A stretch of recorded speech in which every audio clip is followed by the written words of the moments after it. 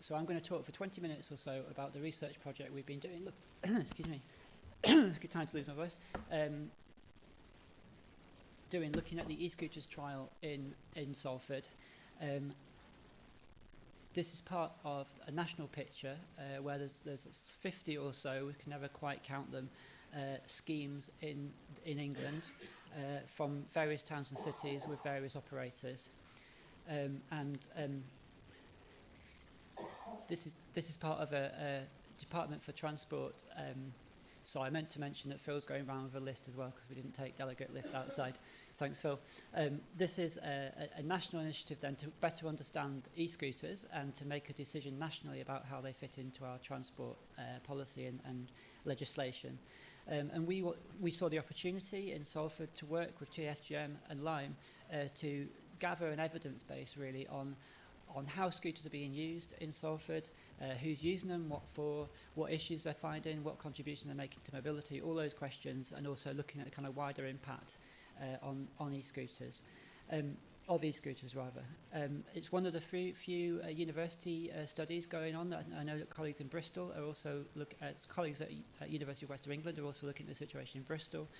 So we're really keen to contribute to this evidence base and provide our kind of insights into what the future might be for micromobility, these small electric vehicles and bike share and such things, and how these fit into our transport policies going forward. The trial itself has been going on for pretty much 2 years to the day in Salford. And you can see here the map. This is what we call the geofence, the green area. So this is the area within which the e-scooters operate. So within that area, you can use the Lime app to unlock an e-scooter and then pay per minute to use one. Outside the area, they don't work, and it's not legal to ride them. So it's only part of this national trial. But what you can see is that the area is growing substantially from the initial phase at the University of Salford out to Media City, and then to cover a much larger area of Salford that includes more major employers, including the hospital, Media City, and more transport interchanges. So there's much more scope to be using the e-scooters as part of general transport practices. And of course, it's worth mentioning that over this time, society has changed quite a lot as well. In that initial period, we were still in a form of lockdown. People weren't travelling much, and a lot of mobility was kind of recreational, or just sort of people, doing their daily exercise. And then since then, society's opened up again, and we've returned to some element of normality with people going to work, although perhaps not as often to the office. But we've certainly seen that people are travelling more now. So this is a perfect time really to take stock, to look at who's using the e-scooters now that people have got used to them being around and had a chance to think about how they fit into their transport practices. So our research, and I know that Lime are going to talk more about their own data next, but our research is very much social research. It's based on talking to people, doing interviews, reference groups, and online surveys. So we're getting a sense of what people think and how they're experiencing e-scooters and other transport. It's an iterative process over 3 stages with 13 reference groups, 3 surveys, and 49 interviews. And over those 3 stages, then you can kind of build up a picture with the findings from each stage feeding into the next. Our kind of starting point, and one I think has been confirmed through the research, is that it's important to consider e-scooters in the context of all the rest of the transport available, the wider mobility offer. And the reason for this really is that people tend to think of that kind of, how does the transport system help me get around? And what we wanted to understand was, what do e-scooters bring to this? What do they add? And I think, from speaking to people, we found out that people see these a little bit like cycling, but not with the same level of exertion, not the same level of activity, but these kind of small vehicles that you can store in your home, carry around. And you have this flexibility also of a kind of share scheme. So there's kind of connection with cycling to an extent, but also people are making the connections with public transport, using them to access public transport, or using them to, in some cases, replace public transport, or sometimes taxi and Uber journeys, which I'll come back to. People are always also making the connections with the impact of other transport, for example, by saying they see these as a cleaner form of transport if they want to choose something that's less likely to contribute to air pollution. And some of the challenges, such as pavement parking, which there's been a lot of talk about in the media, linked with other transport modes as well, because the challenge of sharing space it's across all transport modes, and something like pavement park is an example where there's this tension on how we use space in order that people can move around freely. We also wanted to not look at Lime e-scooters in isolation. We wanted to look at them alongside privately owned e-scooters. Now, privately owned e-scooters are illegal to use in the UK, but the point of these trials really is to find out and make decisions about e-scooters as a whole. And we spoke to people about private e-scooter use because we wanted to understand how these related. And in many ways they're similar. They're both e-scooters. They're a similar kind of riding experience. Some of those advantages, like being able to weave through traffic without the kind of exertion of cycling. But on the other hand, a shared e-scooter has the advantage of not needing to store it in your home, not needing to have the initial capital outlay. Private e-scooters, on the other hand, aren't constrained by a geofence, and you can buy one outright and not have to pay per minute. So there's different kind of advantages and disadvantages to those two modes. And some of these issues that we see discussed around e-scooters, such as people riding on pavements and parking, when you speak to the general public, they don't necessarily make a distinction between these two types of e-scooter. They don't see if they're black or green. They see that these are e-scooters. So we wanted to understand kind of the whole of this and see how they link together. And I think the other thing to say is that when we speak to people, what we find is we're learning about the transport system as a whole. When people tell us they use an e-scooter for a certain reason, it's often telling us that the transport system hasn't been offering us that thing, that whatever that advantage is so far. And so we're really interested to see how e-scooters fit into that kind of mobility mix. And I think, therefore we're looking at these different modes, these new sort of individual electric modes, but we're also looking, and when we speak to people about e-scooters, we're also looking at shared transport, and we're learning a lot about different shared transport, and that would include bike share. We're learning about what people want from a shared transport system.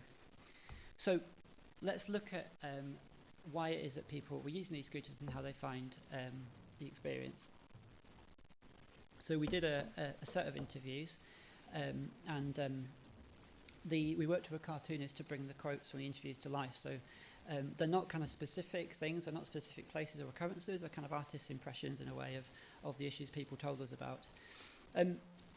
So this person talks about the fun element, that they really enjoy using e-scooters.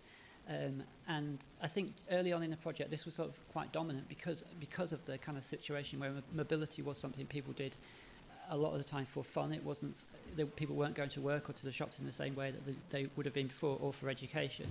And I think this has continued to be a theme, but what we've seen is people using e-scooters because they're enjoyable as part of a transport journey, but it doesn't mean they're using them just for fun. I think we really want to make that distinction. People are telling us about, for want of a better word, serious journeys that when they're making, and we're documenting these in the report. But that part of that decision-making process is that they want those journeys to be enjoyable. And what I like about this quote is they say at the bottom, it's the same when I cycle to work. It's the same feeling, really. So they're making that connection of that they're thinking about fun and enjoyment when they're choosing how they travel. And it makes that connection then, therefore, with cycling as kind of being in the fresh air. There's also the novelty, and that's something that's there at the moment, and in the next few years, I guess we'll see whether novelty continues to be a factor or people get more used to these. But this person also mentions, you'll see, he mentions being at work in a sweaty state, and e-scooter is something where you don't do that because it's not exercise in the same way as cycling. So that was an advantage for them. You get to kind of speed through the traffic, but you're not becoming really sweaty. For this person, they talked about going to swim at Salford Quays, just near here, and then having the flexibility to walk home with their friend and be able to pick up an e-scooter almost sort of spontaneously if that opportunity arises. So this is really an example of that the shared aspect of this. It's what the e-scooter is giving them is the opportunity to pick up a mode of transport and use it to get home. So it's very much about the shared transport. There was a couple of really interesting issues that came through the interviews, and one is this example of a person with chronic fatigue syndrome who talks about being able to access the university campus more often as a result of having the e-scooters, because they'd either walk, which would cost energy, or they'd take an Uber, which would be expensive. So e-scooters offered them this option to actually access the campus more often, which I think is quite an interesting example when we're considering about potential social inclusion in the transport system. And secondly, this example of, in this case, a female respondent telling us that they felt safer if they were travelling fast through a space on an e-scooter, particularly at night, as opposed to walking. So the e-scooters, by combination of being a shared mode and also a fast mode, help them feel safer in terms of personal safety. However, some people then commented that they might not feel safe on the road when doing it, so they kind of weighed up that kind of personal safety versus road safety. People also mentioned waiting at public transport stops and interchanges as well as another example where they might feel unsafe, and that another aspect of the transport system, such as a shared e-scooter, would help them avoid that or contain that risk. So there's some nice cartoons to get us going.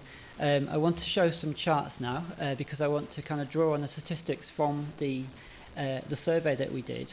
And this one I'll start with. These categories are user, decider and avoider. So in this case, a user is someone who's used an e-scooter, one of the Lime e-scooters that is.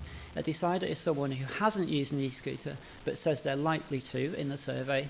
And an avoider is someone who hasn't used one and says they're unlikely to. So it kind of gives an indication of people's likeliness of using an e-scooter in the future. And what you can see from this very clearly, as you see the age groups go up from the bottom to the top, is that it's much more the case that younger people are using the e-scooters and are more likely to use the e-scooters, are warmer to them.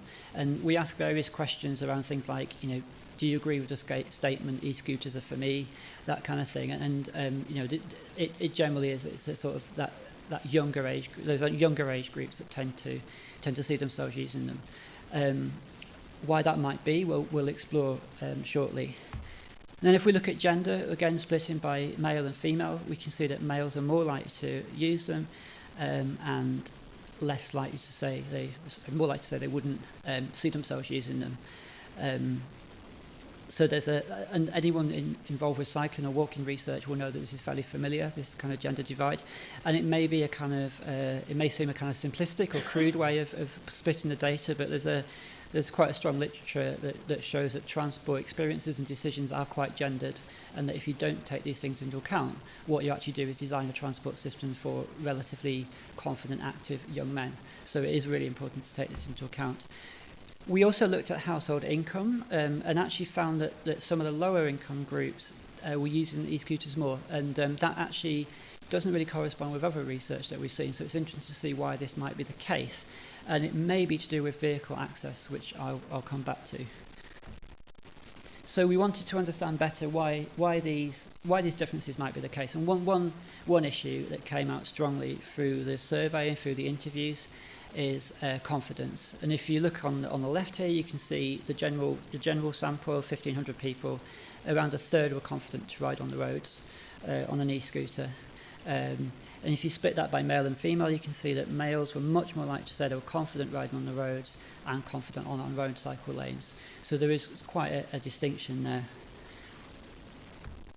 there.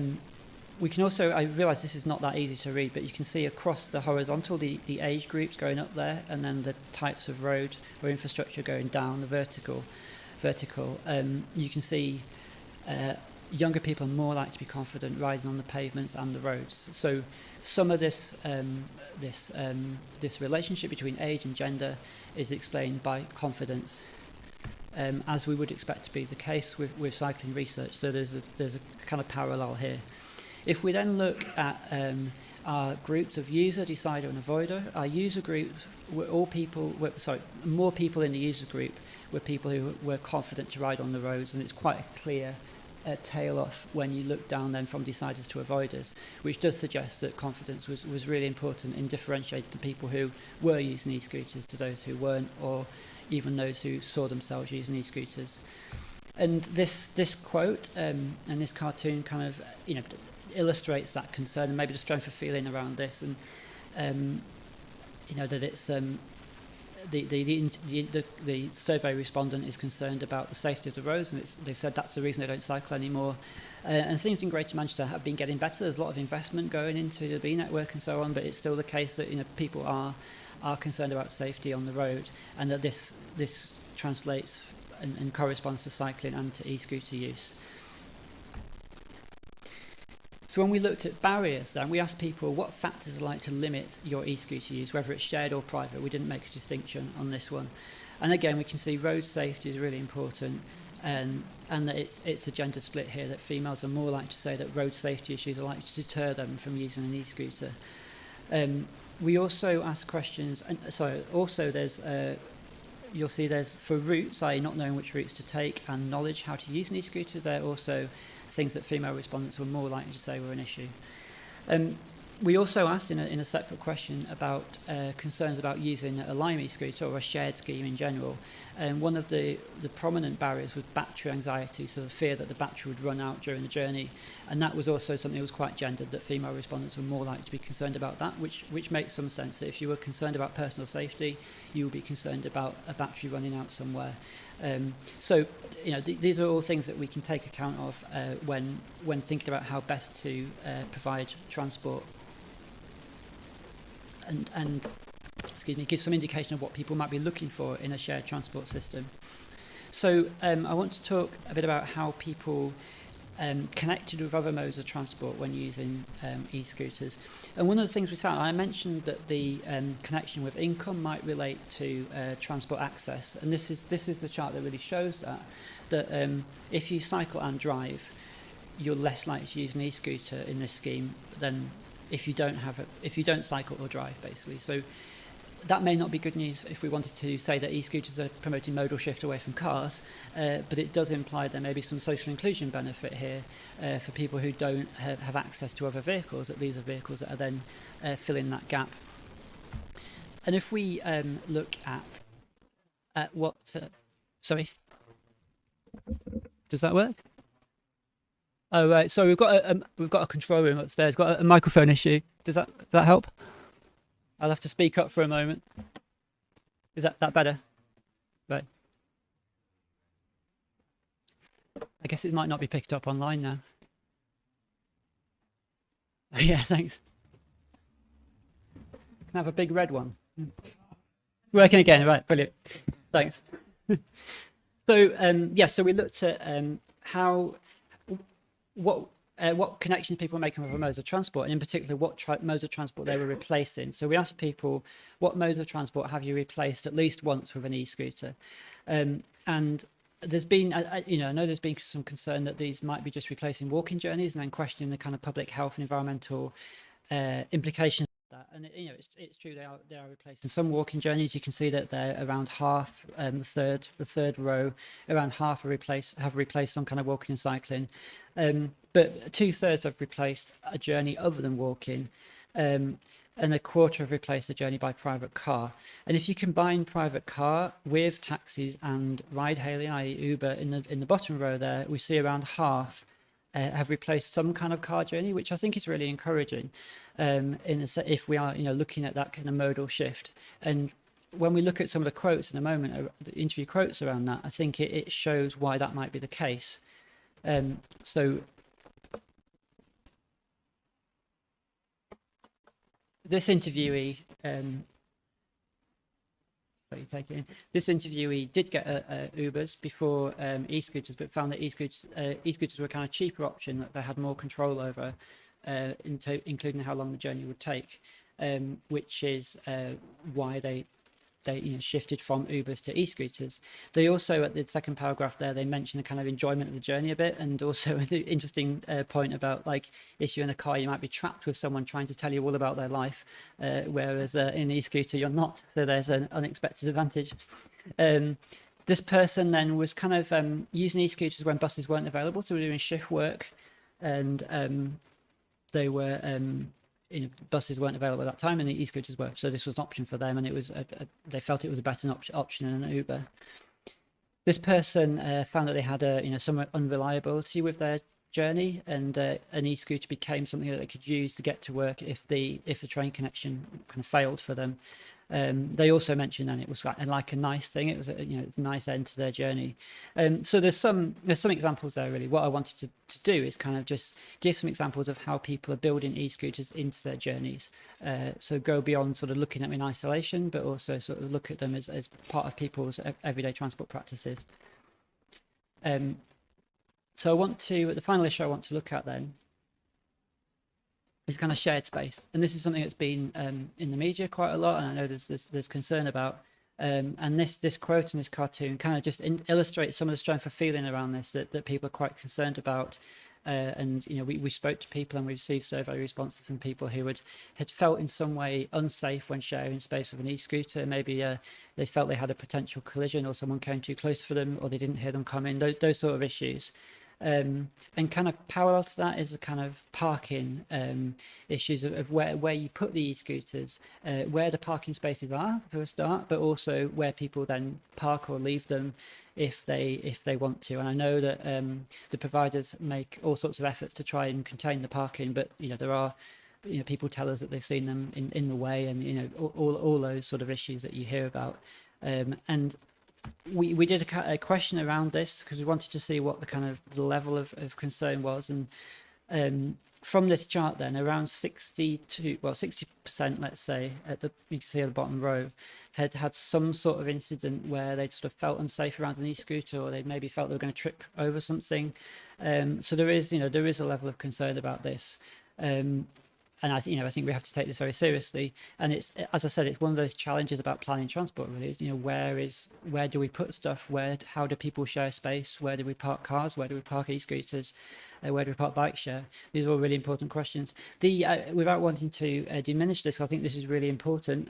You can see that sort of 1% suffered an injury relating to an e-scooter. So, I mean, if we can take sort of heart from this at all, it's that there's at least a relatively low level of reported injury, and I know from the council and from Lyme that that's the case. There's been a low number of actual reported instances, but this chart kind of just shows that level of concern. And I think this is concerning primarily for two reasons. One, if there are instances that are out there that are unreported, but also if people just feel that the kind of pavements are less safe now, or shared space are less safe because there are e-scooters around, and we just need to work out how best to manage that. And I have to say that I feel unsafe when there are cars on the pavement as well. I mean, it's a challenge, the shared space issue.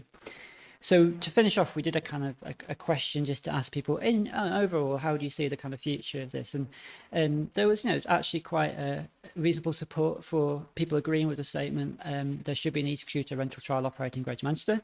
The people are more likely to agree with younger people and existing users. And I guess existing users, that's not surprising, but at least it does show that they've probably had a positive experience using e-scooters, because they think there should be more of it, or at least it should continue.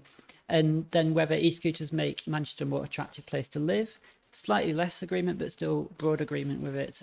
More likely to agree with males, younger people, as we saw from the stats earlier, and existing users. So to wrap up, so we've seen that the trial has kind of over time become more established and grown, and also we've had a kind of update in the Lyme vehicles as well, which I'm sure Lyme will talk about. So we've seen people gradually get used to them being here and build them into their transport practices. And I think now we're at a stage where it's really interesting. So we're saying, right, people are using these, they're using them for serious transport. So how do we now best, fit them into our transport system? We've seen people using them for fun, because they enjoy them being part of their journey, but also because they give them speed. And we didn't really talk about cost much, but that was also something that, I haven't talked about cost much here, but that was also something people talked to us about, particularly in comparison with Ubers and public transport. And this kind of flexibility then. So I think those first two there were kind of about e-scooters and that speed and the low exertion, whereas this one is more about the flexibility they offer of the shared, that could be, in a way, could be any shared transport system. It'd be able to pick up a vehicle and take it a short journey. Although there may be something about the e-scooter that guy really appreciates there. And then we've seen these kind of broader sort of slightly less tangible, but could be very valuable kind of social inclusion aspects of of helping with personal safety issues, which may reflect the shared aspect or the kind of speed of the e-scooter, and then also with people who might have to manage their energy levels, or who have an injury or mobility impairment that means that cycling and walking is not for them, or at least they have to limit how much they do that. And then we've seen people integrating them with other modes of transport, which is really interesting and has I think grown as the geofence has expanded. I should know, I didn't mention that one of the sort of barriers to use was the geofence actually being not going into Manchester. So it meant that people couldn't connect with something like Manchester Victoria or Manchester Piccadilly because the boundary is Salford. And that's really a nature of the trials, because it's in the Salford area. And that's something that maybe a future scheme could try to connect to the wider area.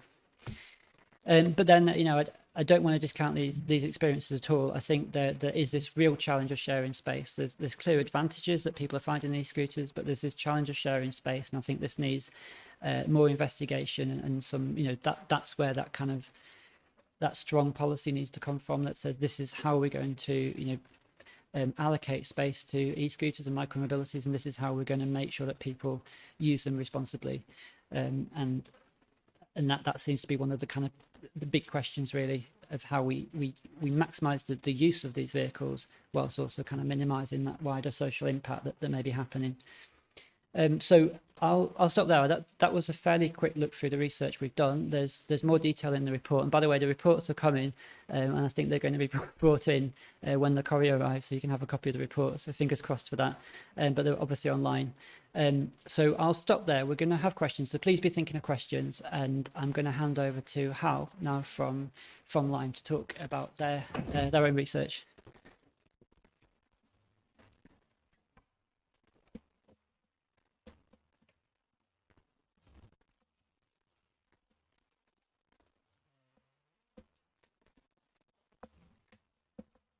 Isn't it?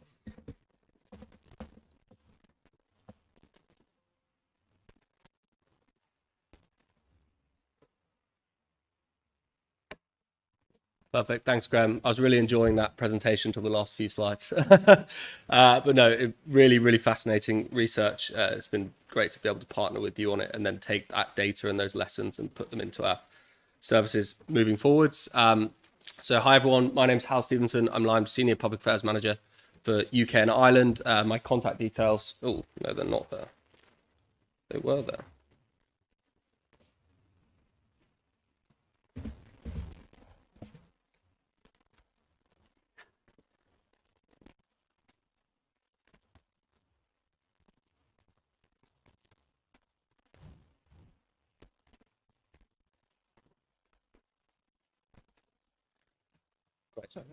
My contact details are now there.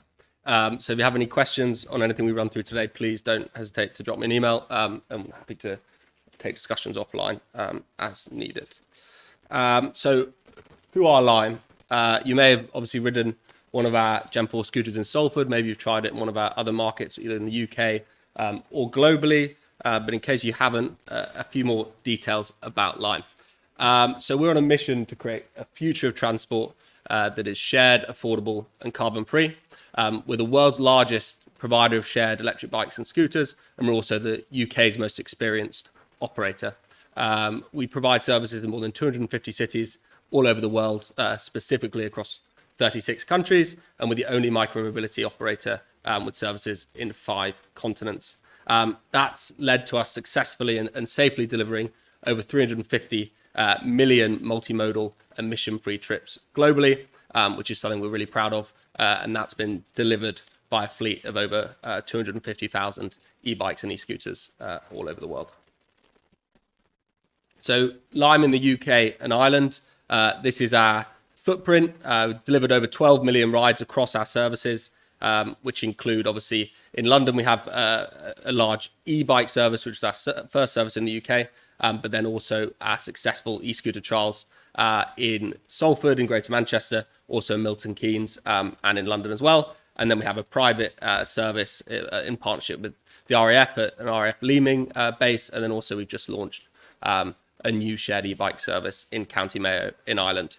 And the combination of all those services and all those rides, and this is really what our service is set up to do and why local authorities and transport partners work with us. A combination of all those rides has helped to remove 3 million car trips.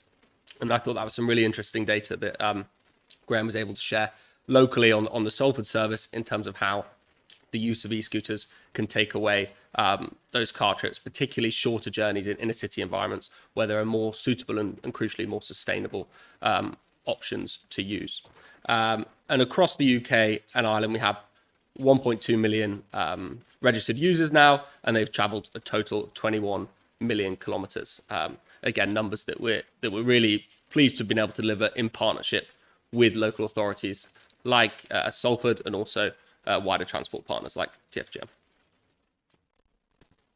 So our Gen 4 scooter, has everyone here tried one of our scooters in Salford?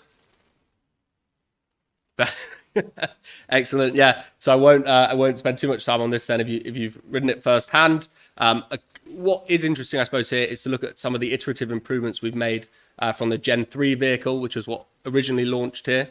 The big one for me is the swappable battery. So we were using Gen 3s previously where there was no swappable battery. So to recharge a scooter, you had to collect it in one of our e-vans and return it to our service centre for charging. The benefit of a swappable battery is that you can actually do that charging in situ. So you can take out the battery on the street and then put in a new battery and leave the vehicle available and ready to ride for the next user. And that's really important in terms of having a holistic approach to sustainability with the service. So making sure that we're minimizing any operational trips that are associated with maintaining the fleet in a way that ensures it's always available and ready to ride for local users.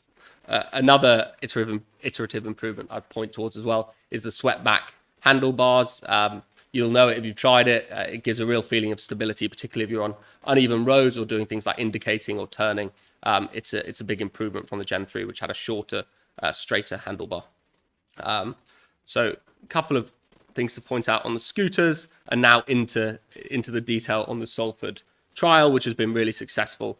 And we've been really pleased to work with Salford and the University of Salford and also TfGM on. So these are the top line statistics.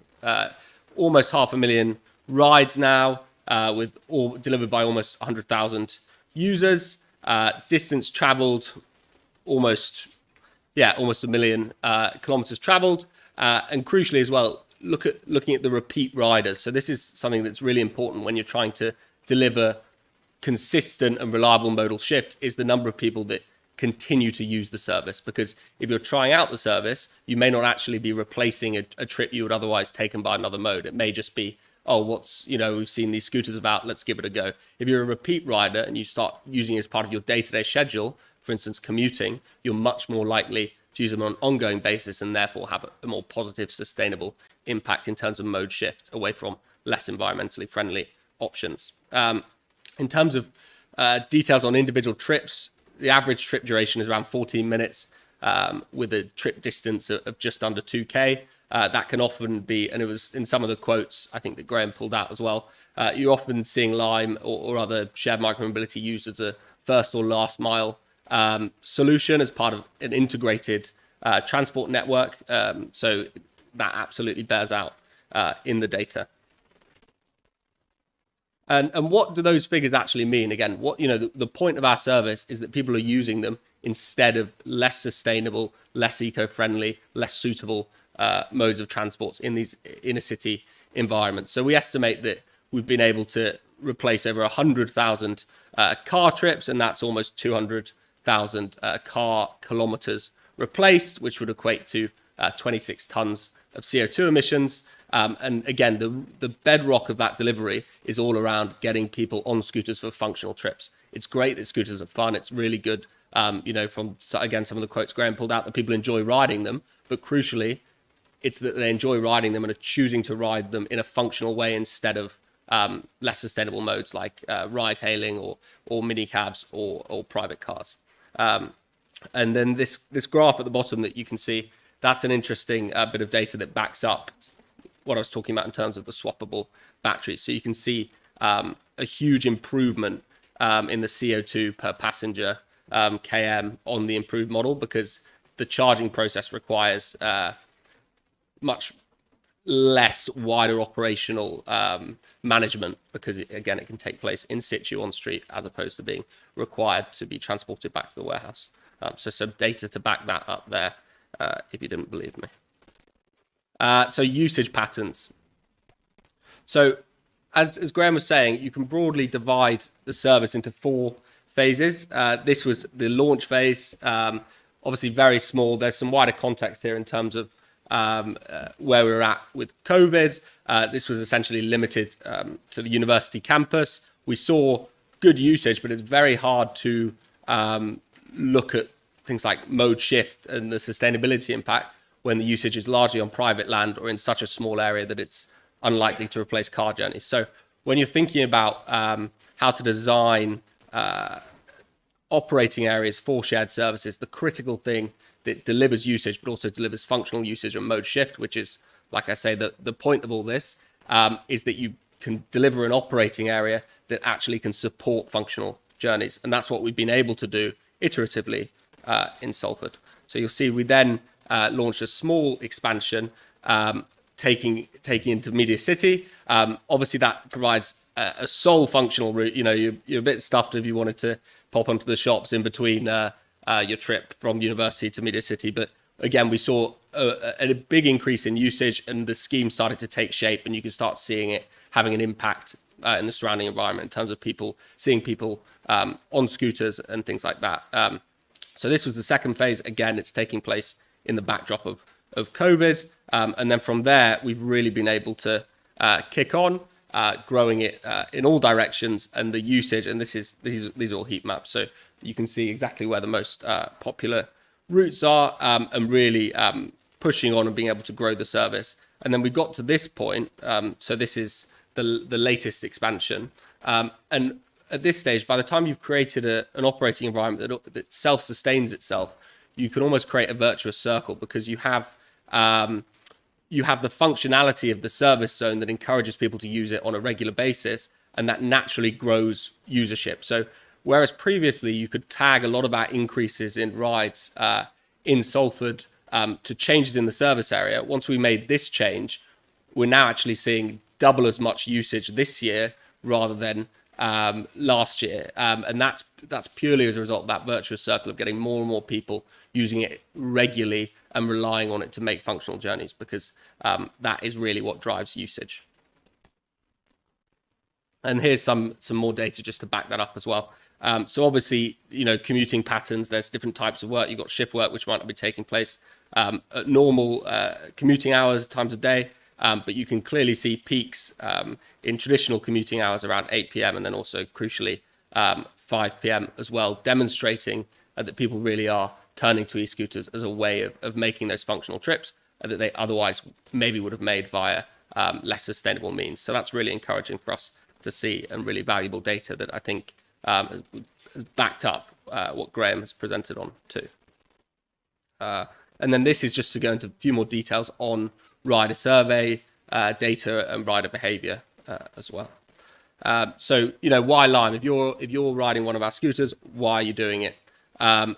Again, going back to the idea of it being part of supporting interconnected journeys, 63% of riders said Lime helped them access public transport. So if you're building these services, far from cannibalizing existing modes, whether that's more traditional forms of public transport like buses or tube network, or even docked cycle hire schemes or things like that, new modes of micromobility public transport, actually, rather than cannibalizing it, you can actually support it and deliver more people to those transport hubs. So that interconnectivity is really valuable. And in doing so, you can also encourage more sustainable behavior. So if people live far away from a tram station or a bus stop or wherever, and they wouldn't actually like to walk there, so they may get a taxi from A to B or use their own car, by providing that extra connectivity, you can actually get people to use public transport more. So 81% of riders said Lime made them more likely to use public transport and less reliant on a car.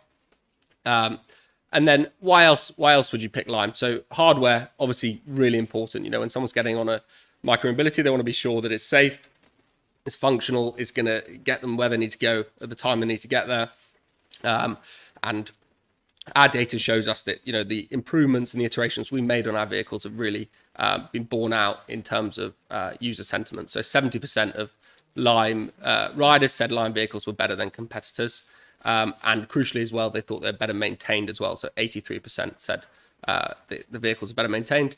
That's really the important part. When you're looking at some of the most critical metrics for looking at how shared micromobility can be successful, one of the things that anyone in the industry will look at is called uptime, which is basically what percentage of vehicles that are deployed at any one time are available and ready to ride for a user should they walk up to it and try and rent it.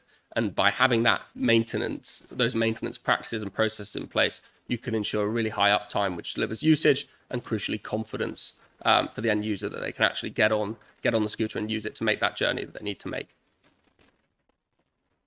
And a couple of other data points here, particularly in terms of economic opportunity. I thought it was really interesting, Graham, what you were talking about in terms of data showing actually people maybe with less disposable income are more likely to use these types of services. And in addition to that, accessibility, it can actually support the local economy as well in terms of making people more likely to visit businesses or parts of the city that they previously deemed as inaccessible. So you can start to see real economic and accessible benefits from these services. So looking ahead, just to finish off my presentation, here's some really important data points that will shape certainly Lime's approach and what we try and deliver in Greater Manchester. So 46% of survey respondents believe that they would use a rental e-scooter in Greater Manchester to make trips that they otherwise wouldn't have. And crucially, 59% as well thought that it would make Greater Manchester a more attractive place to live and a more connected place. And that obviously has clear benefits. And like I said as well, in terms of the number of riders that are using our services that may have been priced out of other transport options that may have been more sustainable.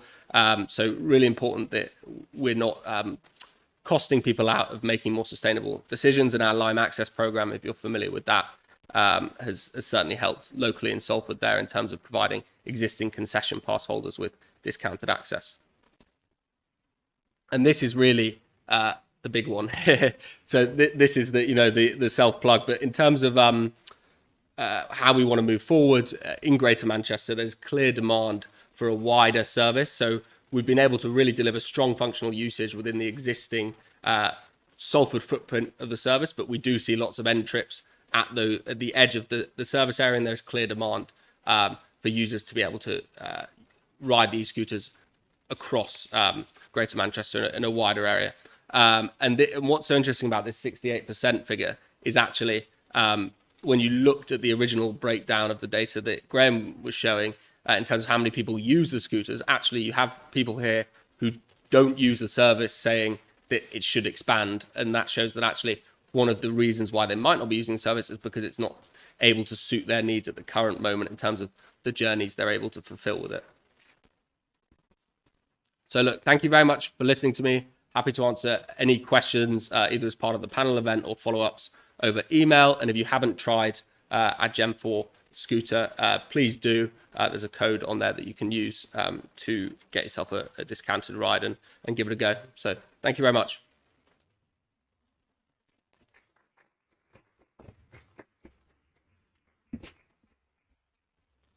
Andrew, just take this down.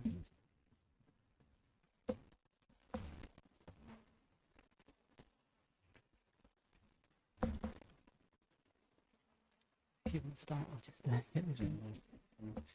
Yeah, so I haven't got a slide. So my name's Andrew Fisher. I work for Salford Council. I'm the Sustainable Travel Coordinator.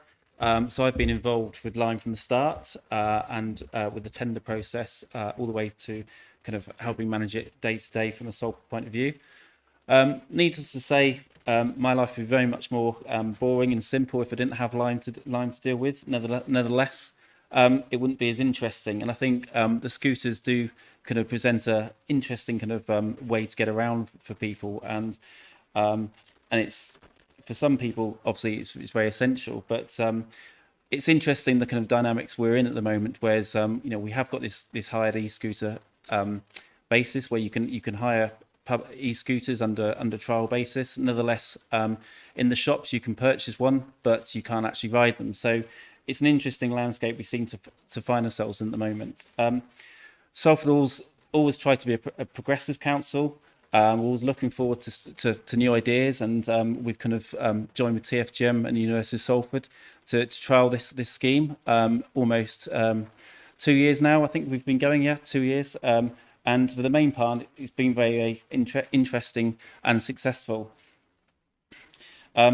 Initially, we started during the pandemic, and it was interesting to see with the pandemic how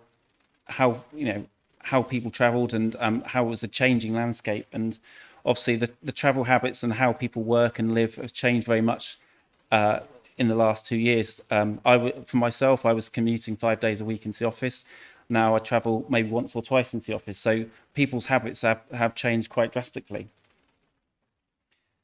So the next kind of question for us is, what's the kind of future going forward, and how are people's kind of travel habits going to change? Obviously, we don't really know what's going to happen with scooters at the moment. We're not sure what it is, but I think it's good that we've partnered with Lime, and it's good to see where we're going to go. I think the trial, from our point of view, has been challenging on some hands, but I think with Salford's kind of growing population, and also the kind of the growth in cycle lanes and cycle vision, I think that's really helped with the use of e-scooters. That while on one hand you've got e-scooters, which are kind of they're motorized, but on the other hand they're kind of under legislation to be classed as a motor vehicle. Hence, under the trial you need to have a license. But on the other hand, you have got the rise of e-bikes, which are a kind of similar kind of speed as well. It's interesting to see, trying to work out where they fit into the dynamics on the road. Obviously, the council can't legislate what vehicles use the road. That's kind of defined by the Department for Transport. And we obviously can kind of make provisions for certain vehicles on the road. But it's very much, obviously, we're working with central government and central government's legislation. So we're obviously kind of subject to their rules and regulations, and trying to work with central government and also with Lime and TFGM to try and make this a success. I think we took a more cautious approach with the scheme than we did maybe with Mobike. I think following the role of Mobike, that was quite rapid, and I think we learned quite a few lessons from that. Hence why we started off with the trial area as before, which started on the University of Salford campus. While that was very restrictive, we did try to follow up very quickly with the second phase that provided the link. I think the third phase, obviously, that linked towards the city centre, and that seemed a natural expansion, and that naturally seemed the kind of the right way to go. And you can see by the trial numbers and the usage of how much it's grown and how much people have relied on it, which is quite good. We've linked again to the Salford Royal Hospital, and this docking stations on the hospital for the staff, and also to two of their offices, which are further south as well. So it's interesting to see now we're expanding further how how it has grown and people are using it more and more. And I think given the fact that the trial will commence until May 24, and we're very much in support of that and looking forward to continue with Lime for that expansion. It'll be interesting to see, what the next stages are and where we can expand with Lime, and to see, are there any gaps that we're missing, or are there any areas that people will want to use it for. And it's interesting to see that scooters do seem to be such a attractive mode of last minute kind of mile, as the kind of the last step for making 1 or 2 mile journeys, where people in cars would have used cars or sometimes even bikes. I think a small number of people have chosen to use scooters rather than bikes, but I think the majority of those seem to be from cars. And obviously, as a council, we want to encourage people to drive less, because it's better for the roads, it's better for the environment, it's better for the people making those journeys as well, and also quick as well, which is a good thing.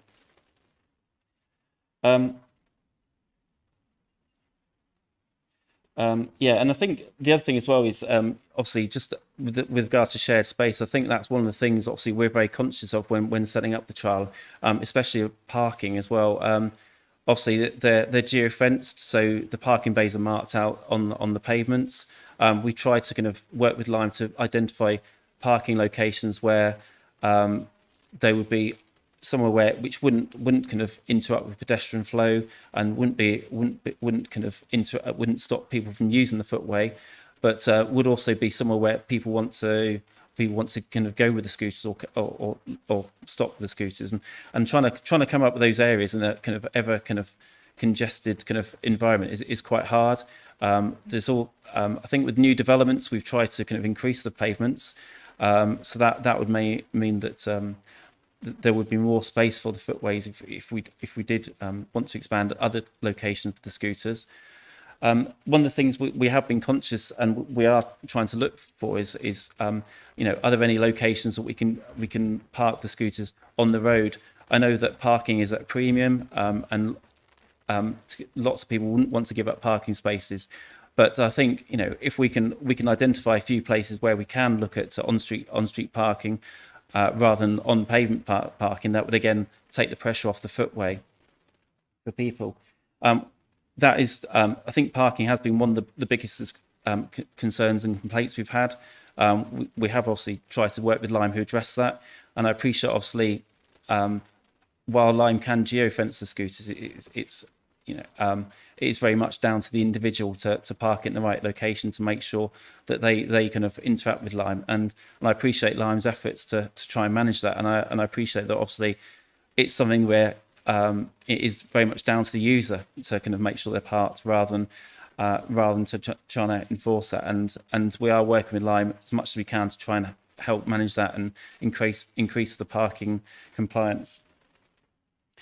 I suppose so. The next steps, as I said, we've got a trial now for another 18 months, and I think we want to work with Lime. We're quite happy with Lime. As Hal said, Lime are one of the bigger companies. I think that's one of the main reasons that we decided to partner with them. At the time when we first looked at scooters, it was very much an unknown as to what they were and how they'd function or how they'd be taken up. Would they be kind of really successful as they have been, which is good, or would it be kind of another motorbike? And thankfully, it hasn't been that. It seems to be taken up with the residents of Salford and used very much by the residents of Salford. So hopefully, we'll kind of identify more improvements as we go on and look to see how we can improve the service for the residents of Salford and also other people that come to Salford as well. Thank you.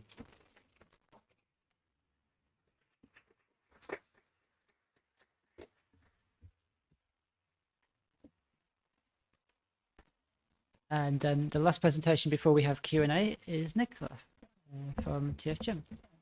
There we go. Brilliant. Thanks, Graham. Hi, everyone. I'm Nicola Kane, Head of Strategic Planning, Insight and Innovation at TFGM. So my role is about developing long-term transport strategy for Greater Manchester. The insight bit is about making sure that's evidence-led and that we talk to users about what they think of the system, how we can improve it. And the innovation bit is about testing new transport innovations and using those sort of trials and pilots to shape the future of transport. And that's really kind of why we were so keen to get involved in the e-scooter trial and to really go into that with an open mind. So not a kind of fixed view of what we want from e-scooters, but to look at what role they might play in a more integrated multimodal transport system. So really pleased to be here today. It was fantastic to work with the University of Salford on this research, and it's great to have that kind of independent view of what's worked well, what could be improved, and we can then use that to shape the future of this trial, but also thinking about how we roll out shared micromobility in future. So it's brilliant. It's given us a much more nuanced view, I think, of the role of modes like e-scooters. So before I talk about some of our reflections on the trial itself, I think it's important to set that within some broader context. And those of you who live in Greater Manchester hopefully have seen the Mayor's vision of a London-style, fully integrated, sustainable transport system. And the word B-Network was used to start with, just to focus on that vision for active travel and with a focus on delivering a a much more integrated walking and cycling infrastructure network. That's now been broadened out to cover a range of sustainable modes. So thinking about how we can develop a more integrated approach to the bus network. We'll be starting to roll out franchising from next year. Integrating that into the Metrolink network, thinking about shared modes like demand responsive transport. We've obviously got our cycle hire scheme now, which is expanding across a wider geography. And over time, looking at what other modes might form part of that B network. And it's all about providing a more comprehensive set of alternatives to people using private cars.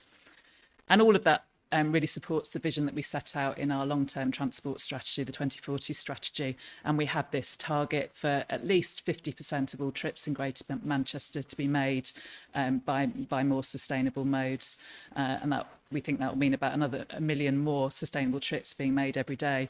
So we need to draw on all the alternatives that we have at our disposal. And that's why we're really interested to see what role things like e-scooters could play in that right mix. So we're using trials like this and our experience of rolling out the cycle hire scheme to develop a clearer policy framework around shared mobility. And our team has been starting to develop what we're calling a shared mobility strategy, which will support our 2040 strategy. And over the next few months, we're hoping to share a draft version of that strategy. It's still in development, but we'll give you an idea of kind of the emerging vision. So thinking about how shared modes like e-scooters, like cycle share, like car clubs, how they can widen travel choices, link more people to more places, and help to deliver that inclusive transition to a decarbonised transport system. And we're developing a series of objectives to look at, well, what role can shared mobility play that other modes can't? How can they complement the sustainable modes that we already have? And linking them back to the 7 network principles in the 2040 transport strategy. So making our system more integrated, making it more environmentally responsible, healthy, well-maintained, reliable, and so on. So really looking at how we can shape those shared modes to deliver against those wider network principles. So what have we learned so far? I think we've probably touched on quite a lot of the learnings, and Andrew's covered some of this, but for us there are a few kind of key lessons. So first of all, that close working relationship is key, and I think we've really had that through the e-scooter trial so far. So really close working between the operator, local highway authority, TfGM as the transport authority, also other key stakeholders like the police, and talking regularly to users and different user groups to understand how well the trial's going and what can be improved. And we've had sort of regular contact. That does take resource, and I think that's something that we've learned, that these things don't just kind of roll out smoothly without a lot of effort, and that ongoing time and effort just to kind of keep in contact is really important. So any other authorities who are looking at rolling out these kind of trials, you do need to go into it on a very proactive basis and look to shape that scheme and to evolve it over time to make sure that it is meeting those sort of, strategic objectives. And we've obviously expanded quite a bit over the 2 years, but I think we've learned don't do that too quickly. I think you need time for schemes to bed in. You do tend to get a bit of a bump in kind of antisocial behaviour when you first sort of expand a scheme like this into new areas. So you need to make sure that you're not overwhelming your partners, the operators and so on as you expand. So taking things steadily is really important. Again, we've touched on some of this already, but there are a few things that we're focused on now over the coming months. So where do we put e-scooter bays? Andrew's talked about this a bit already. Ideally, we think on the carriageway is a better place to put bays where we can, but that's not always possible. So how do we deal with that? And we're looking at things like sort of co-locating different modes of transport to create more hubs. So again, you can start to get that really sort of multimodal system. Parking compliance, another big issue. And again, we're working closely with Lime to look at how we can encourage users to park in the right place and looking at how we can kind of monitor that over time. That gender gap's really interesting, and I think that's something we'd like to explore further to look at how we can, why perhaps women are more nervous about using e-scooters. but also what benefits it can bring in terms of women feeling safer. So I think there's more to do in that area, and to work with different groups to understand maybe some of their nervousness around e-scooters, and what we could do to address that.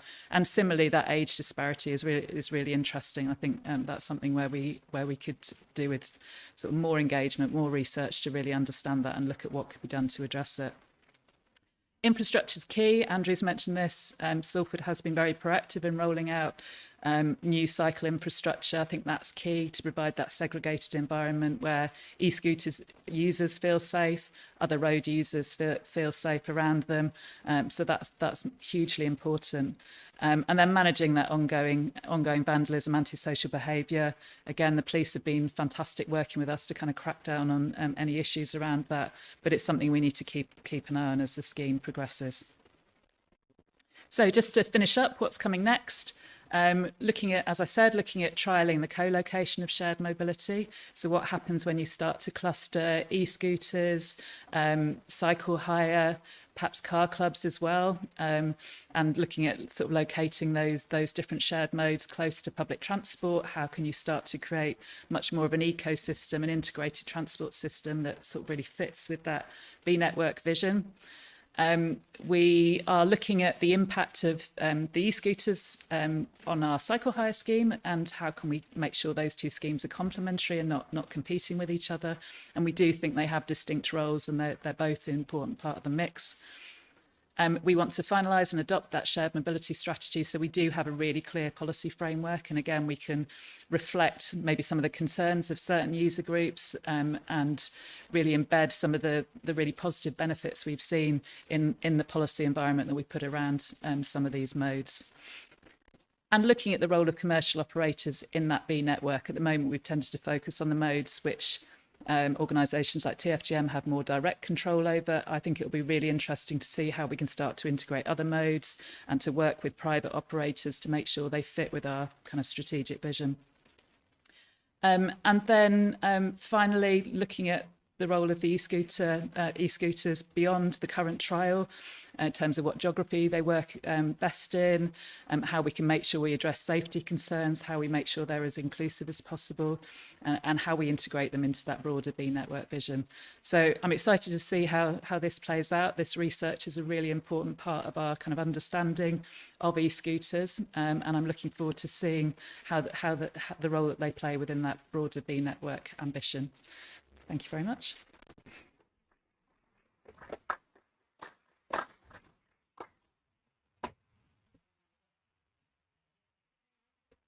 So we're now going to invite the panelists, please, to come up to the front.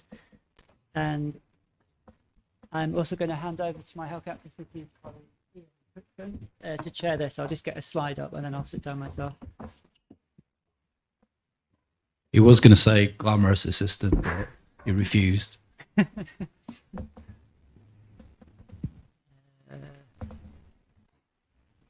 Yes, right. I will take a seat. Okay, so we've got Luke monitoring the, he's still over there, but he's monitoring the online questions. So we'll have some of those as well. But if you've got any questions, raise a hand. Just give me a minute or two to get to you, because there's quite a few steps. And feel free to direct questions to an individual or to the panel, and we'll just work through the panel. So anyone got any questions?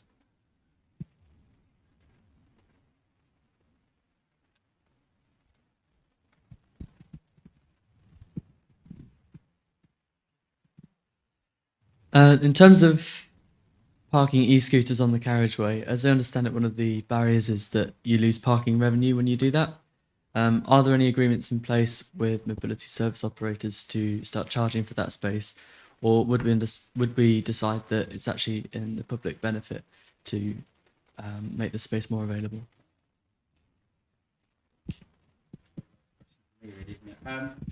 I suppose, yeah, obviously you have got that concern that obviously, especially more so in the city centre, in close proximity to Manchester, the parking bays are all pay parking bays. So there is a potential loss of revenue, but again, loss of revenue as opposed to kind of parking e-scooters there, you're providing a service, so it's a balance to weigh up. Again, one of the reasons why we haven't maybe embraced on-street parking is that the parking bays are covered by a TRO, a traffic regulation order. So that's another thing that we would need to put in to allow that parking. So it's one we are looking into and seeing where we can trial appropriate ones. One of the main concerns has been about safety, and obviously if you have the parking bays on the carriageway, you've got people potentially stepping out into traffic, but the scooters are a lot smaller than a car, so obviously there is a bit of safety zone. So it's something we're looking to roll out, hopefully, and to trial in a few areas shortly. Yeah. Does anyone want to add anything to that before we move on? I'd say from an operator perspective, we often will work with local authorities to jointly fund the creation of dedicated shared space or dedicated space for shared modes. So whilst obviously we can't account for lost revenue from private car parking spaces in terms of the implementation of dedicated space for our services, we can contribute to that. Thank you. Hi, thanks. Rob Scott, Manchester City Council Transport Strategy. I've got sort of a couple of interlinked questions. I was interested, Nicola, what you were saying about the emerging shared mobility strategy and the sort of the unique selling point, if you like, the specific role that e-scooters may have in comparison with, other forms of shared mobility, such as, shared e-bikes and shared bikes. So it was a question for you about what you think that is, but also probably widening it out to the rest of the panel, whether it's through the research that Graham's done or Lime's experience of operating sort of scooters and bikes. What posed in a slightly devil's advocate way, what does an e-scooter give you that a shared bicycle or e-bike doesn't? Do you want to start, Nicola? Yeah, I mean, I think the way we're thinking about this is that we want to give people as much choice as possible, and more choice, as long as it's sort of sustainable and delivered in the right way, can only be a good thing. And some people feel happier on an e-scooter, others will feel happier on a bike, others might find a car club vehicle more appropriate to their journey. And it really depends on the sort of journey you're making, why you're making it. So I think more choice can, in most circumstances, only be a good thing as long as it's well planned and carefully delivered. So that's my view, and I think that's probably backed up by the research in terms of having slightly different profiles in terms of the types of journey people are making and the demographics as well. Yeah, I mean, absolutely. That's the kind of discussions we've had with people saying like they don't necessarily see themselves as an e-scooter user or a bike user or an e-bike user, but that these modes are useful at specific times or at specific points in a journey, or maybe if they're not feeling energetic that day, an e-scooter's better. If they feel like a bit of a workout, then they'll get a bike share. So having those modes to kind of together and at similar points, spatially and in the journey, is really valuable to people. And then you're allowing people, you're giving them a chance to make the decision about what mode suits them best at that moment. I should have mentioned more explicitly in my presentation as well that my colleagues Mike and Luke are here, and they've done a lot of field work with this and will chip in, I'm sure, if they've got some points to add from the interviews. Yeah, and I'd just add, almost purely from a commercial perspective, globally, Lime's two biggest services are in Paris and London, and they're both multimodal. So giving that choice can actually get more users onto the platform and using both modes, and then that leads to a broader coalition of supporters for things like improved sustainable travel infrastructure. Because if you don't cycle and you use a scooter, you'll also be advocating for cycle lanes, whereas if there wasn't a scooter option, you might not, because you wouldn't define yourself or cycle or define yourself as a cyclist. So there's lots of ways it can help.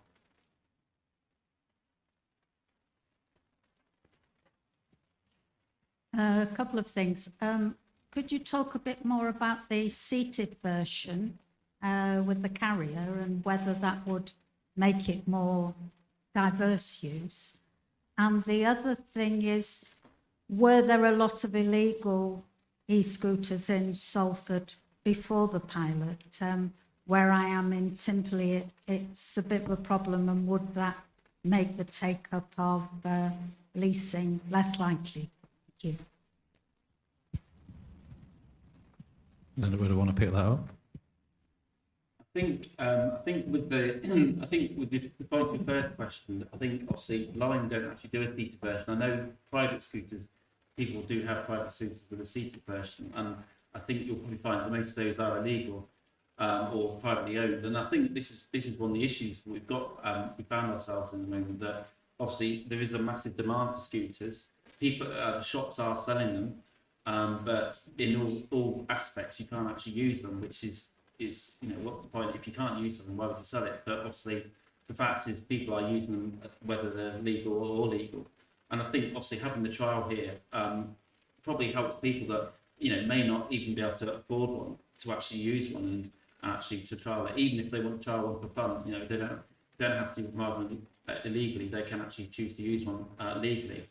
I think in terms of scooters, I haven't got any data for the amount of scooters in Salford, but I know that there are a lot of private scooters on Salford and in Greater Manchester. And it is invariably younger people that can choose this form of transport, and I think that just shows that there is demand for it. And the fact is, obviously, we've partnered with Lime. We're providing this form of transport kind of public use is actually a good thing, and may have stopped a few illegal scooters or private scooters on the roads, but I wouldn't be able to give any data about that. I mean, just to add, in our research, we couldn't target people using private scooters. We hadn't kind of no way to do that with the resources we had anyway. But we did have the opportunity to speak to people using private e-scooters if they responded to the survey we did.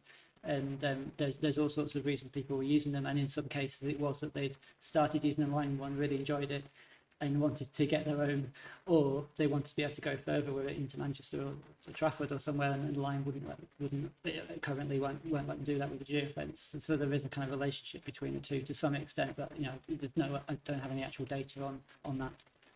So you mentioned you work with the police, Nicola, on this. What's their view on it? Just to follow that up.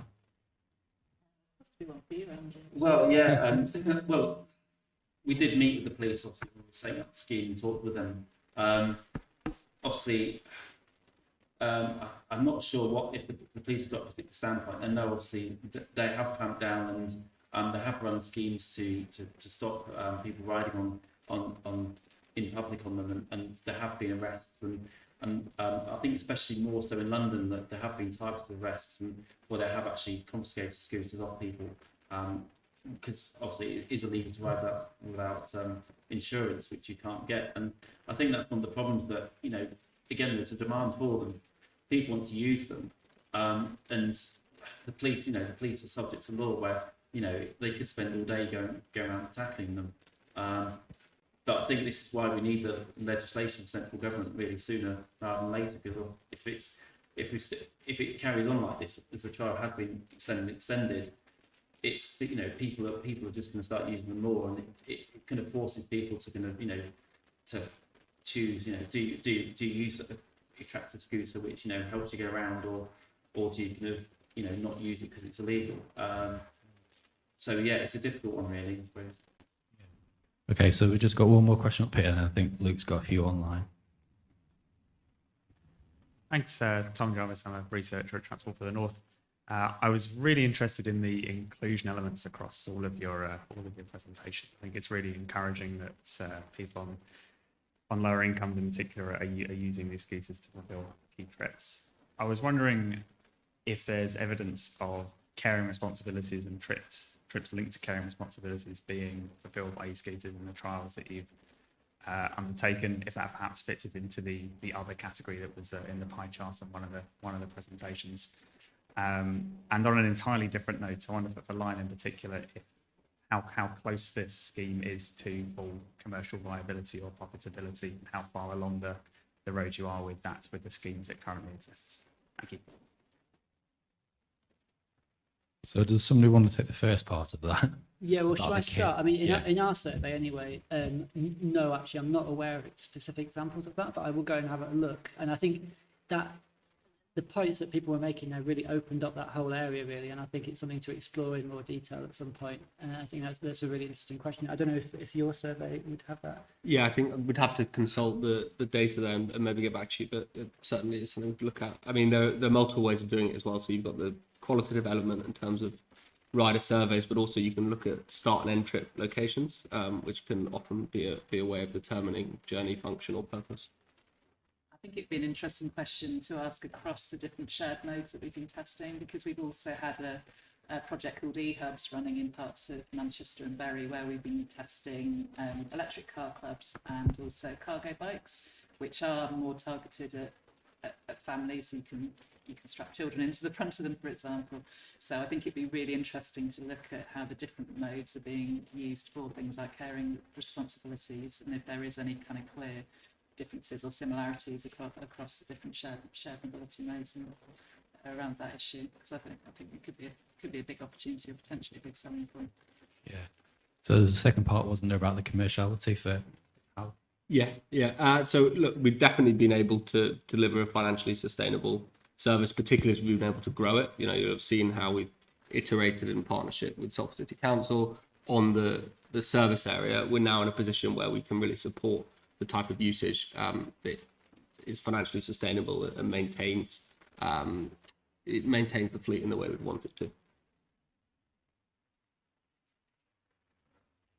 think Luke's got a couple of questions.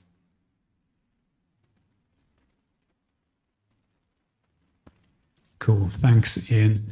Yeah, we're getting a few questions coming in on YouTube that I'm sort of grouping together, but I thought I'd start off with one that I think we can sort of apply to everyone here, maybe to Hal to start with, and then opening up to everyone else. It's a question that's coming from Paul Anderton. Would a docked model similar to the GM bike hire scheme be a better solution to avoid indiscriminate dumping of Lime scooters on the footways?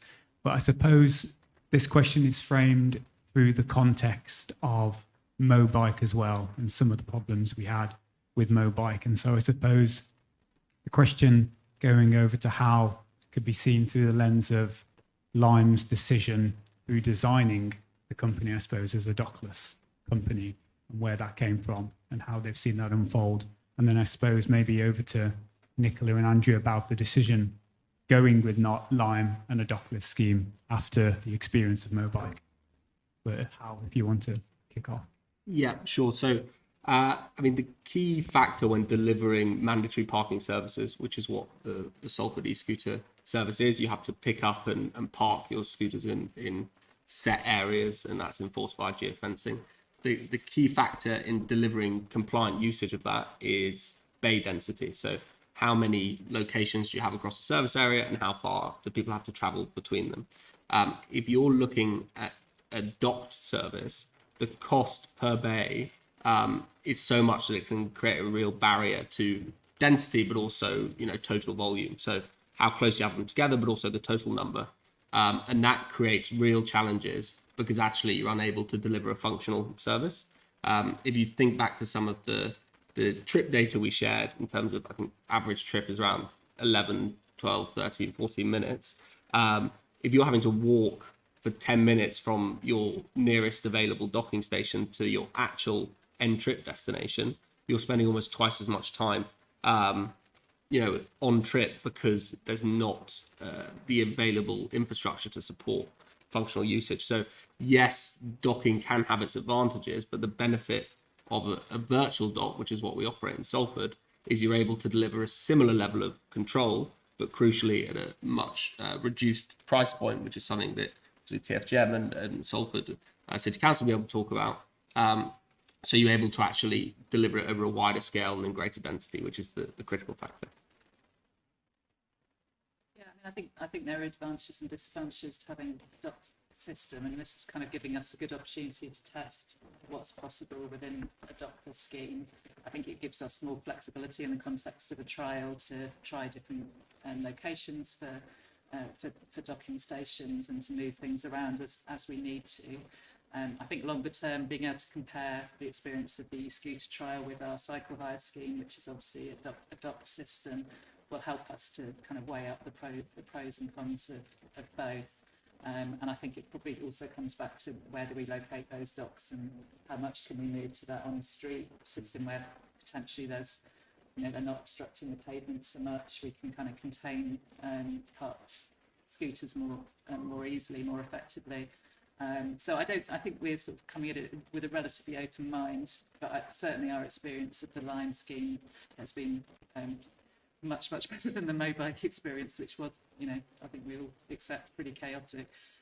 But I think the technology is such, and the way that we've managed the scheme in a much more kind of controlled way, meant we haven't seen that sort of chaos, and we've been able to deal with issues quite effectively when they have arisen. Yeah, I think similar to what Nicola saying, that obviously we started off with a smaller scheme, smaller phase on the Salford University campus, and I think people got used to the scheme. They got used to not having docks of where they have to park it, and the fact obviously they're geofenced and you can't lock it unless it's in the parking bay. I think that helped inform people. So when it expanded out, people were used to having the kind of dockless system.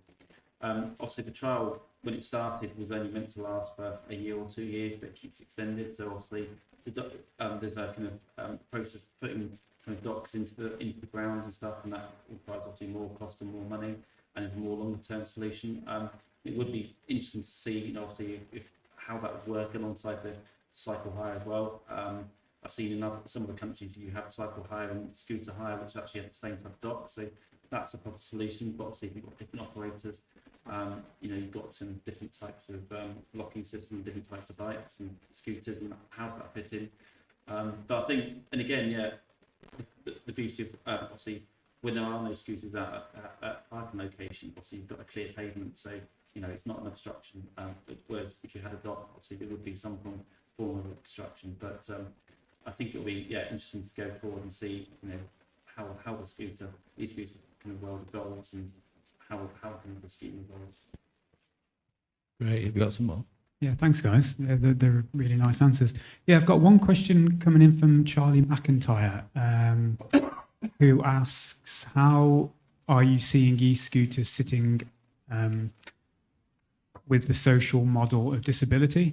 And I suppose this sort of tapped into a couple of things that you've already talked about, but I suppose it would be nicer to open it up around the issues of shared space, some of the challenges involved with that Graham talked about. And I suppose building on what Nicola was saying earlier as well around choosing an e-scooter over an e-bike, and whether or not you've got any data or experiences of people finding e-scooters easier to access for various reasons over, the physical act of riding a bike, for example, and if you've got sort of any data sets or any experiences you can pull on from that. Does anyone want to say that? Let's start on that then. I mean, it's a really interesting question. It's something that I think we didn't start off in the research focusing on that, but it's something that the issue of inclusive access is something that came out quite clearly through the study. And one side of that is the kind of the potential impact on vulnerable people in shared spaces. I think that's been quite high profile as a concern. The other side of it then is this more sort of accessibility side, where actually e-scooters could be really useful for people for whom walking and cycling is difficult, or they have a limited sort of, let's say, energy budget to do that. And I think there's a lot more to look at with that. But so I'm afraid I don't really have much more than what I already said on this. But I think it's obviously a really important issue, and I think something that's the thing for me, I think, seen as a transport system as a whole. So you say, how does this transport system enable all people to get around? And it looks like e-scooters have a role to play in kind of boosting that overall accessibility of the transport system, then that's great. And then the way to kind of boost that impact is to make sure that you're connecting with, things like Metrolink buses, employment centres and so on, and that they're all accessible. So you're kind of boosting the accessibility of the system as a whole. My sense is that a lot of people's views of e-scooters have been coloured by the legally sort of privately owned ones, which we've got very little control over the speed of them and so on. Whereas I think with the Lime scheme, we have a lot more control in terms of how fast they go in different environments. We can limit the speeds down to really quite slow speeds where you have got that shared space environment. So there's much more opportunity with a shared scheme to be able to set kind of really clear parameters and to say, well, in these kind of environments, we need people to be driving them very carefully. We need them to be very considerate of other people. And that over time, people get more used to them being around. So if you're in sort of Media City, you kind of know that you're likely to encounter an e-scooter, and you're less surprised by that. We were talking earlier about modifications as well, so that they don't sort of creep up behind you and take you by surprise. I know I've got my mum's hard of hearing, and she's constantly complaining about cyclists and e-scooters kind of coming up behind her, and she's not expecting them. So I think again, users getting used to making sure people are aware that they're there, people expecting to see them in that environment. I think we'll get a much better ability to be able to manage that potential conflict, and I think people will get more used to it. But I do think there is that challenge of, and I hope we see regulations coming in soon, which mean that the privately owned ones are designed in a way which is safer and people can use them more responsibly. Yeah. Just as a follow-up, where do you see them? Do you see them being something that is used on pavements and in shared spaces, or do you think they're going to be legislated to be used on roads? Well, currently, these e-scooters can be used anywhere that a pedal cycle can be used. So, in theory, if you've got a shared footway, the e-scooter can be used on that. We've been very strict with Lime, and Lime, helped us by kind of introducing a speed limit wherever we know that they are going to share pavement. So the limit to 6 miles an hour. So obviously it should make it less threatening. Again, I think this is again why it's important to have that space for cyclists and non vehicles, that takes it away from the pedestrians and away from cars. A lot of cyclists, you wonder why they cycle on the pavement. It's because obviously they don't feel safe on the pavements. And again, that's a similar probably thing for e-scooters, that they don't feel safe on the road. So having a separate space away from the pavement and away from cars, then that gives them a space, where they can feel safe riding. Yeah. Okay. I think it does challenge us in terms of how we design that infrastructure. We're obviously rolling out, a really big network of segregated cycle lanes. I think we need to reflect on some of the research and the learnings from the e-cargo bikes, for example, which are obviously, take up more space. All these different modes have slightly different requirements, so I think we need to reflect on that and think about how we include all of those modes in the way that we design this segregated infrastructure. Yeah. Yes. Any more from the audience? Yeah. Come back to you after that, Luke. Hello, David Carney, Stockport Metropolitan Borough Council. I'm just curious, and this is maybe aimed towards more TFGM, but if there's any emerging sort of policy or thinking regarding the model of provision for e-scooters across Greater Manchester going forward, i.e. a franchise model or a preferred provider, because I'm just thinking, we have Lyme and Salford. It may come to the case that a different local authority starts working with a different provider that's then geo-fenced within their administrative area, and the whole scheme could just become a mess pan Greater Manchester, particularly from a mode shift point of view for customers for whom local authority boundaries are largely arbitrary and at worst incredibly annoying. That you can't cross the Irwell on a Lime scooter. So we've done great work from what I've seen today with Lime, with Salford, but I think there's going forward. I would suggest there does need to be some sort of policy in that regard, and I'd be curious what the thinking is across, at TFGM, particularly as we're just about to take all the buses back into a franchise model after decades of bus companies essentially competing with each other on some routes, and that's been a total disaster. So yeah, that would be my question. I don't think we have a fixed view specifically around e-scooters yet. Obviously, we've got some time yet for the trial, before we expect the government to bring in new legislation and the current trial ends. But I think that the learning from this trial will be incredibly valuable in terms of what we want to see across the Greater Manchester area over a long period of time. And that's the reason for developing the shared mobility strategy. And that will start to give us a much clearer framework for taking all of these modes forward.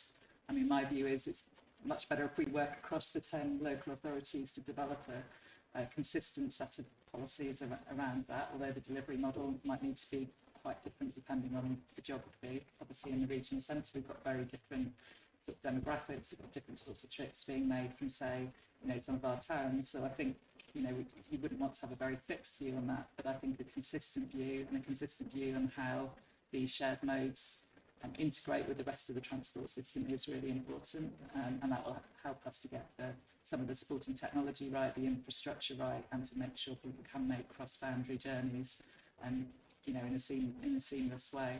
So we haven't made any decisions on kind of future precise, details of precise rollout of things like e-scooters, but we are, developing that hopefully that clear and consistent policy framework, with colleagues at all of the 10 authorities to make sure we proceed in a well-evidenced and integrated way.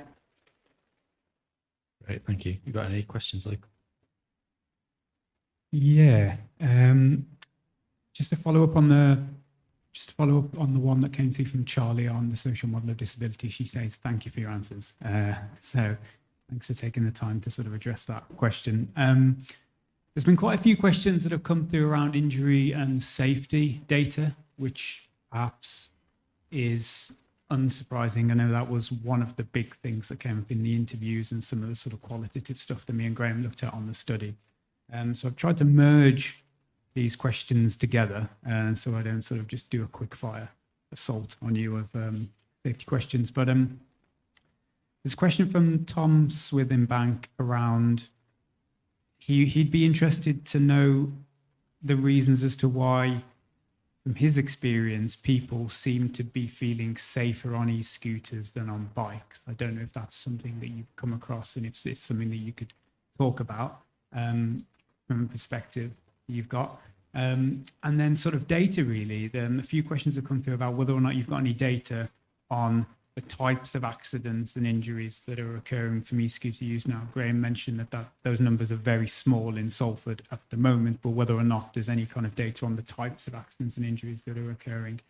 And if these kind of accidents are having an impact on road safety, particularly around pedestrians. And, yeah, I think that's open to anyone to have a go at.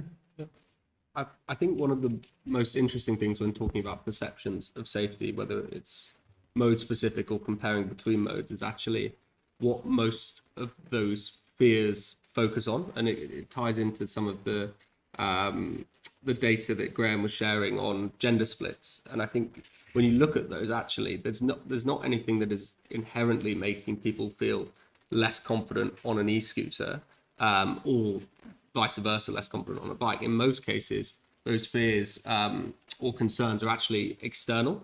So I think the biggest point of difference in the gender data split was around how comfortable you'd feel riding on roads. So it's I think a lot of it is less to do with the specifics of the mode, whether it's e-scooter or an e-bike, and actually it's the wider transport network and environment. What are you going to be riding through or participating with? And I think it really underlines the importance of further developing, as Salford and TFGM have done as well, further developing those sustainable transport networks to allow for segregated usage, which drastically has an impact on improving people's perceptions of safety and also their experience when they're actually riding as well. Going back to our survey, and the question about if people feel safer on e-scooters than they do on bikes or the other way around. And it's like, we got some really interesting comments on that. And some people were saying that they felt a bit safer on an e-scooter, I think, because they felt they could stop more easily and step off. I hesitate to talk too much about safety because all we can report is this kind of perceived safety, and there's other studies that have looked more at kind of risk and potential injury and stuff, which is much better informed. But also people talking from the other way around about the size of the wheels and stuff on e-scooters, which is not necessarily the line ones, it could be any e-scooter that we're talking about, or the unfamiliarity of it, which makes them feel less safe, or the kind of the size of the steering column. So yeah, it's actually quite mixed really, and I think in general, I think the unfamiliarity of it that added that extra sort of unknown and a bit of a barrier for people who might be used to cycling, but e-scooters seem like something a bit different. So if you're in a difficult situation on the road, being on a less familiar vehicle might make you feel less safe. But as I say, these are perceptions and these are how people feel at the moment. And I think we'll get a clearer idea over the next couple of years as the scheme expands and as we see probably more e-scooters around, of how people feel and how confident they feel on e-scooters. Yeah, great. Hands fucking up all over the place. That's okay, Sam. I'll take my time. Yeah, thank you. Actually, my question's related to the research that you guys have done so far. I guess I want to kind of try and understand what behaviour and services the e-scooters have managed to solve or help solve in terms of that mobility gap, but any specific kind of demographic that you feel have not adopted it, even though it could be solving problems for them. And more importantly, I guess, any anecdotal stories that really makes you feel, based on the research you've done, that e-scooters is here to stay and could have a major impact in the city region as a whole. Thanks. Thank you. Yeah, well, in terms of those kind of untapped markets, so yeah, there were comments from people saying, like, older people in particular actually saying that, like, they might feel less mobile now, but they don't feel confident to go and use an e-scooter, and probably linking, if I can remember correctly, linking that with road safety issues really, or also actually the perception it's not for them as well, that this is something for young people. And I think that perception is probably quite important as well. So I think that there will be people, there are people out there who could benefit from using an e-scooter or potentially another mode of shared transport, but feel it's just not safe for them, and they're not confident. And similarly with the personal safety issue, people saying they were really weighing it up, that they might feel safer from the point of view of personal safety on an e-scooter or a bike or something faster, but actually they felt safer walking because the relationship with traffic was less tense. So I think there's some things to kind of work out there. And so the second part of the question.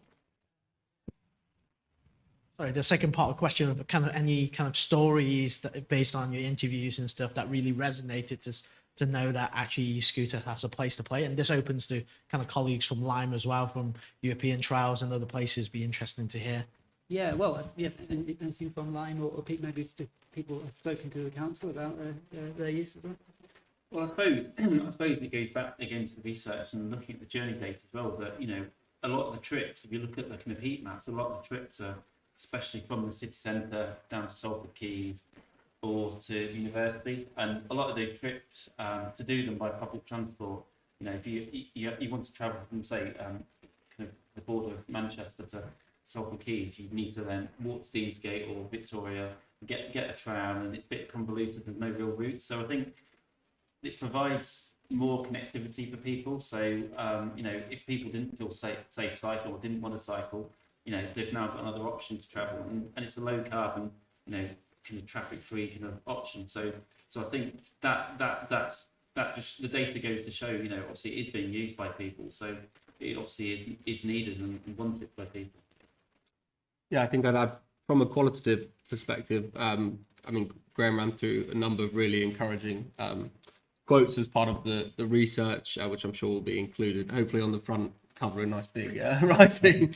But I think crucially as well, from a quantitative point of view, I mean, and Graham, correct me if I'm wrong, from the data you presented, off the bat, a quarter of trips that are being taken by e-scooter, according to that survey data, are taking someone directly out of a private car journey.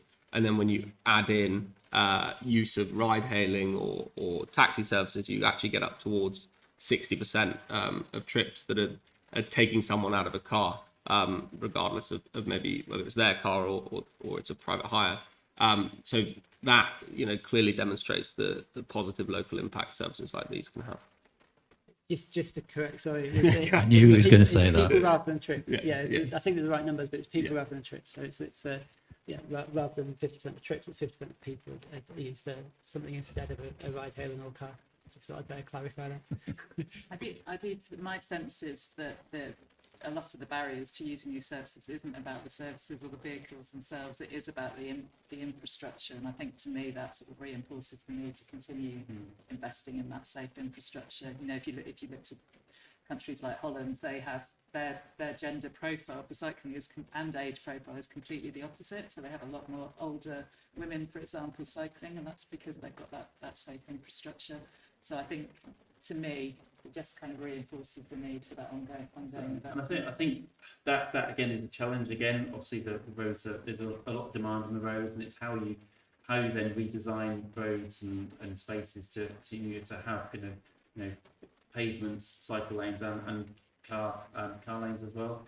And it is a challenge, obviously, because it is a very small, congested country. But I think it's something we should look forward to try and promote, because again, it's better for car users, better for cyclists, better for pedestrians, better for scooter users.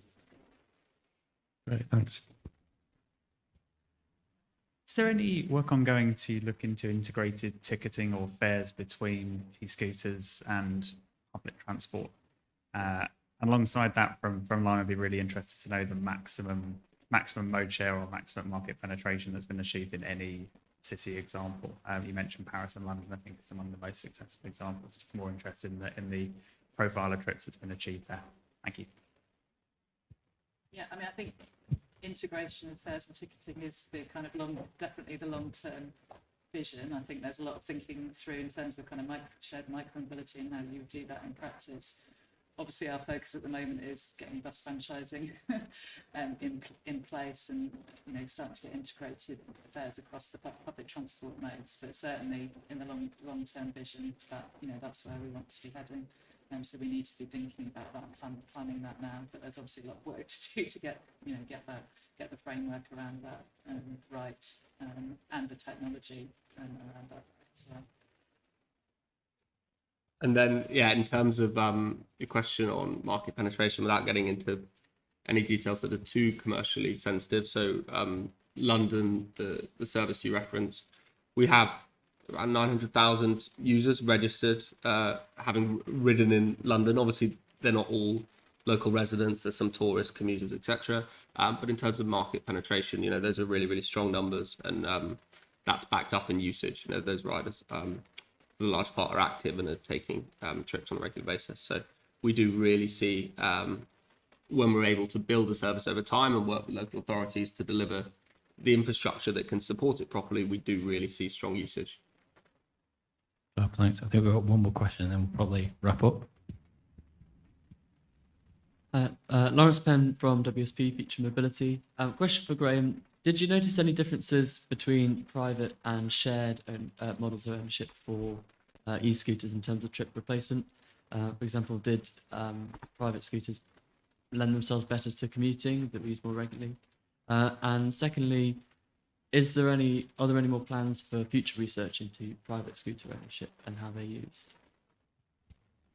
Thank you. Yeah, off the top of my head, there wasn't a big difference in modal replacement or modal connection, but I can double check that, and it may be a future bit of analysis we do from the data we already have, I think, because I could absolutely see why that's an important question, that it's likely that the certain model, that kind of shared ownership, the shared use rather, would work for replacing things like Uber journeys in a way that private users wouldn't, especially when transport operators are now saying it's sometimes discouraging people from taking these scooters on their vehicles.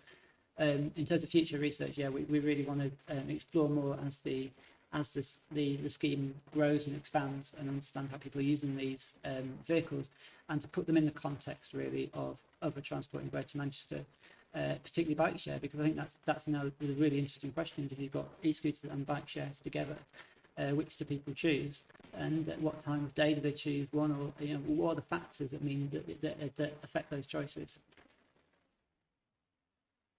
Yeah, does anybody, have you got anything to add to that about private e-scooters? No? No. Of course, the only thing I can say again is that they are popular, and it just shows that there's a need, there's a kind of want for this kind of mode of transport, and obviously, the sooner we can get legislation in to kind of work out how they fit into the infrastructure and how they will be used. Obviously, if they were made legal, does that mean that more people actually go, oh, I can buy one now and actually buy them and use them? Or would it actually, I believe there would be some requirements. So would that mean there'd be less scooters because there's actually more requirements on them? So, we don't know at the moment. So. Yeah, great. I'll just add one small point to that, if that's okay, Ian. Just building on what Graham said to answer that question. Just a small point. One thing that we did find was that obviously when we're talking about geofences, that the private e-scooter users, if you ignore the small fact that it's currently illegal, are not inhibited by a geofence. And so we were able to speak to people about using scooters for either multimodal trips or just purpose trips across the river into the city centre. And we sort of use that as a lens to see that there is obvious potential for e-scooters if or when geofensive shared schemes moves into Manchester and unites Salford and Manchester. There are opportunities there, obviously, for linking up scooter journeys with tram, train, bus, but also accessing the sort of more broader social services and opportunities in the city centre as well, rather than having to perhaps take the shared scheme to the border of Salford and then combining that trip with walking or a taxi or a bus to the final destination in the city centre. So as Graham said, definitely opportunity for further research in that area. Graham's always looking for more funding for more research. Yeah, so just to wrap up, anyone got anything they want to add you think we haven't covered, or? My sort of conclusion thought is really that it's really important to look at e-scooters and private e-scooters in shared and private in the kind of context of the transport provision as a whole of an area. I think that's the important thing for me, rather than isolation of how do they complement or fit in with what's on offer and how people make use of that transport system.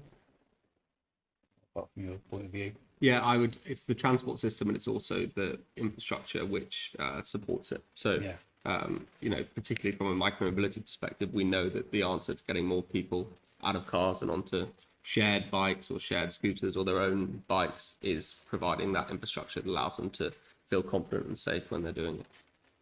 Great. Nothing. I mean, I obviously fully agree with that. I think it's looking at the bigger picture, making sure we've got the right policies in place to be able to shape these modes in a way that kind of supports our broader objectives. That's kind of key. And looking at that fully integrated and more sustainable offer, which that's ultimately what we're trying to do, to give people a real alternative to owning their own car.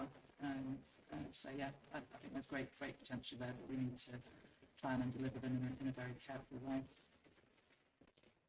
Great, thank you very much.